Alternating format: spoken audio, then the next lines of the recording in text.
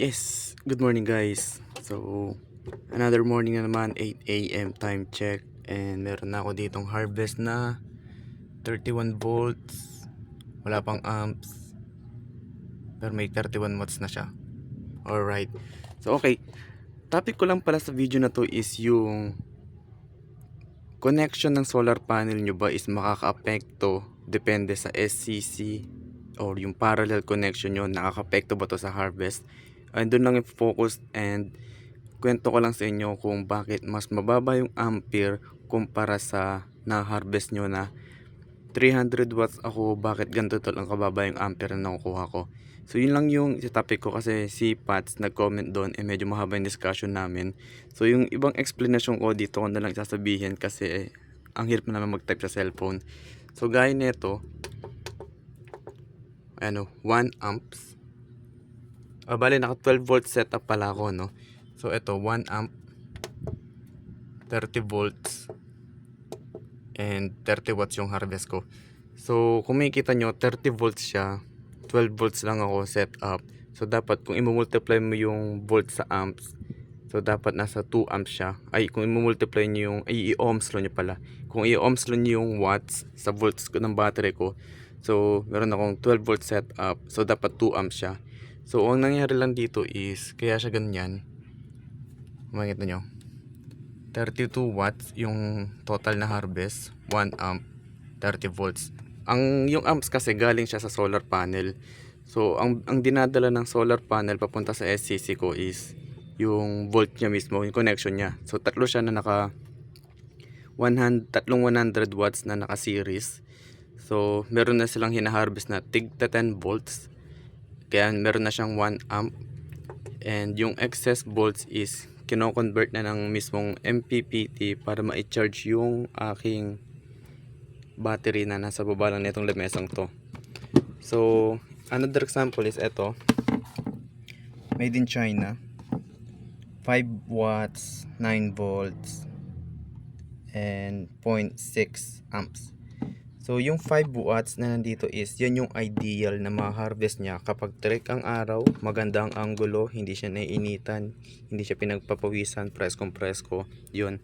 Pero alam naman natin na due to weather issue, connection issue, meron siya lagi mga voltage drop at mga electrical loss. So hindi siya 100% lagi. So ngayon, meron ako dito ginawang isang Excel formula. So bear with me kasi medyo may math to. So etong tatlong panel, and example lang is may 100 dito, big sabihin 100% efficiency sa ngayon, nag-harvest siya ng maximum power niya.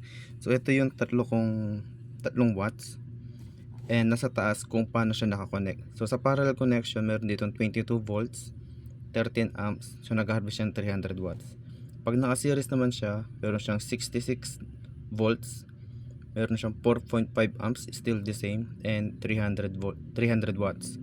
So ngayon, sa baba dito meron siyang connect kung ano yung controller nyo. Sa MPPT, syempre meron siyang, kaya siya 285 lang, meron siyang 95% na conversion efficiency ba. So hindi nyo 100% na convert. So sa SCC pa lang mismo is may bagsak na kaagad. So ako mismo hindi rin ako nag-expect na porque meron on 300 watts, maximum power na siya, conversion pala ng MPPT 285 na. Either series or parallel, parehas lang siya sa MPPT. So ganun kagandang MPPT. Pero kung PWM naman ang gamit mo, meron kang tatlong connection, naka-parallel connection siya, 163 lang. Bakit 163 lang? Kasi ang ginagawa ng PWM is ibinababa niya lang yung volts ng panel mo para i-match sa battery, and hindi niya kino-convert yung excess voltage unlike ng MPPT. So ang laki ng loss, and mas malaki ang loss niya kapag naka-series ka sa PWM na controller. So imagine meron kang tatlong 100 watts na supposed to be 300 pero 54 lang nakukuha mo. Yun is due to connection issue. So wala na kinalaman doon kahit yung maximum na maganda yung panel mo, maganda yung SCC mo. Pero dahil yung connection mo is mali, ang laki nang nawawala. So yun yung dahilan kaya mahalaga yung connection. So sa MPPT, 285 agad ako. So hindi ako nag-expect na maka 300. kahit sa connection lang. Kaya yan. And next is 100 yun dito kasi 100% powerful yung mga SCC mga panel natin. And hindi naman always ganun. So isipin mo, itong isang to, gagawin ko siyang 80% lang kasi kunyari marumi, mga alikabok. Gawin ko lang 80 lang. So meron kang mga konting losses, gaya nito. Bumaba siya ng 17 volts na lang. And bumaba rin yung amps niya. So sa isang panel mo, 64 na lang nakukuha. Then bababa din yung connection niya dito. And same pa rin sa ohms law, kung multiply mo lang, parehas lang sila. Pero yung makukuha ng MPPT mo, same pa rin, PWM mo mas mababa.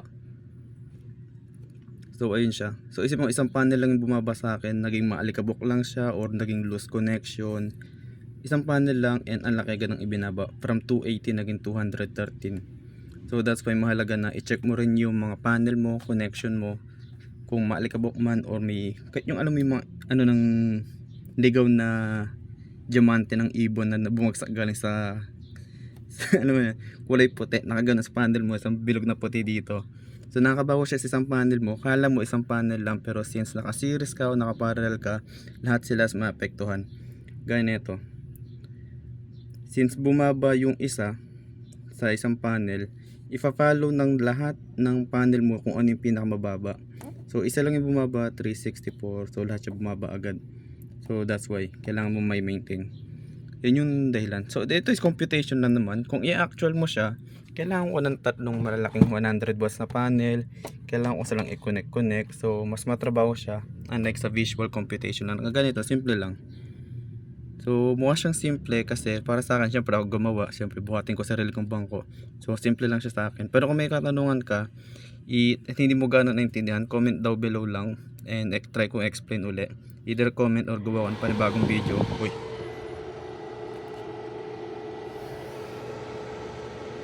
Umandar na yung ating, so nag-harvest siya ng 56, so 50 watts, pero umagaan na agad yung ventilador. So ito yung sa ayoko dito eh, kala mo pagod na pagod.